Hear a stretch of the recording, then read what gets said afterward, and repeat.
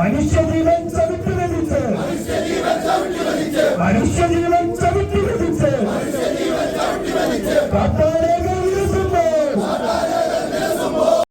ആന ആക്രമിച്ചു, മണിയെ ആക്രമിക്കാൻ സാധിച്ചു.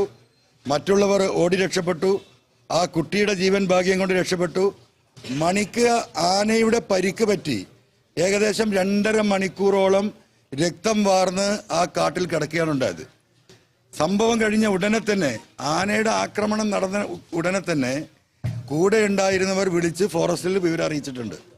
പക്ഷേ ഫോറസ്റ്റ് ഉദ്യോഗസ്ഥന്മാർ മണി കിടക്കുന്ന അപകടം പറ്റിയ ഇടത്തേക്ക് എത്തുന്നത് ഏകദേശം 2 മണിക്കൂറാണ്. ഈ നിമിഷം വരെ ഇപ്പോൾ ഒരു 15-20 മിനിറ്റ് മുമ്പ് സൂപ്രണ്ടിനെ വിളിച്ച് ഞാൻ അന്വേഷിക്കുമ്പോൾ അവിടെ പോസ്റ്റ്മോർട്ടം ആരംഭിച്ചിട്ടില്ല. കാരണം ഇൻക്വസ്റ്റ് നടപടികൾ നിങ്ങൾ മനസ്സിലാക്കണം. ഇന്നലെ രാത്രി വൈകിട്ട് 6:30 മണിക്ക് മരിച്ച് ഇപ്പൊ 15 മണിക്കൂർ പൂർത്തിയാകുകയാണ്.